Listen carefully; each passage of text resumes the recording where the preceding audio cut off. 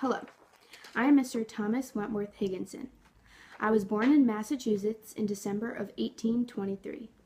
In 1841, I graduated from Harvard College and also graduated from Harvard Divinity School in 1847.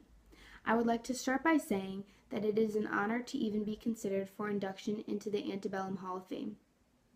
I am glad that I am being recognized. Not all people agree with my tactics. I am a radical thinker. The reason I act the way I do is because I feel very strongly that slavery should be abolished. It is downright unjust and immoral. I also am an activist for women's rights and believe that since they are affected by the decisions made, they should have a say. Where do I even begin with what events I have participated in? As pastor for the Free Church of Worcester, I perfected my orating skills and preached my beliefs. I was a member of the Boston's Vigilance Committee. That group was started in 1850, and our main mission was to protect fugitive slaves. Due to the fugitive slave law, they were being sent back down south. Me, along with many other members, decided we wouldn't have it. In 1854, I helped to supply anti-slavery settlers in Kansas with weaponry and ammunition. Until the blacks are armed, there is no guarantee of their freedom. It is not until they fight back with weapons that they are recognized as men. In 1856, I was an advocate of Kansas being admitted into the Union as a free state.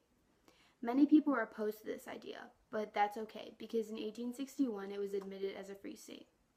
I led the Worcester Disunion Convention in 1857. Here I expressed the practicality of separation of slaves and non-slave states. I don't want to be associated with these ignorant and cruel people anyways. I was a member of the Secret Six and supported the Harper Ferry raid led by John Brown. Such an inspiring man. I published Ought Women to Learn the Alphabet in 1859, and my letter to a young contributor helped to motivate Emily Dickinson to publish her works. I acted as her co-editor. Such a bright young lady, too intelligent to be suppressed. Susie King Taylor also was inspired to write her memoir. Such a strong woman of many talents, being a former slave, along with teaching and nursing. I was captain in the 51st Massachusetts and was colonel of the 1st South Carolina Volunteers. I fought alongside escaped slaves from the South and participated in the assault on Fort Wagner in 1863. In 1870, I published my work, Army Life in a Black Regiment. In this, I talk about fighting alongside the blacks and the 2 years spent at Camp Saxton.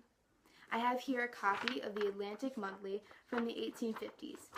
It has many of my works in it and better explains my ideas. There are many people who agree with my motivations, but do nothing about it. In order to actually make a change, one must act. I do what I believe is right, never mind the consequences. Now, if you don't mind, I must get to my Socialist Society meeting. Thank you for considering me for the prestigious Hall of Fame. I promise the decision to induct me will not be regretted.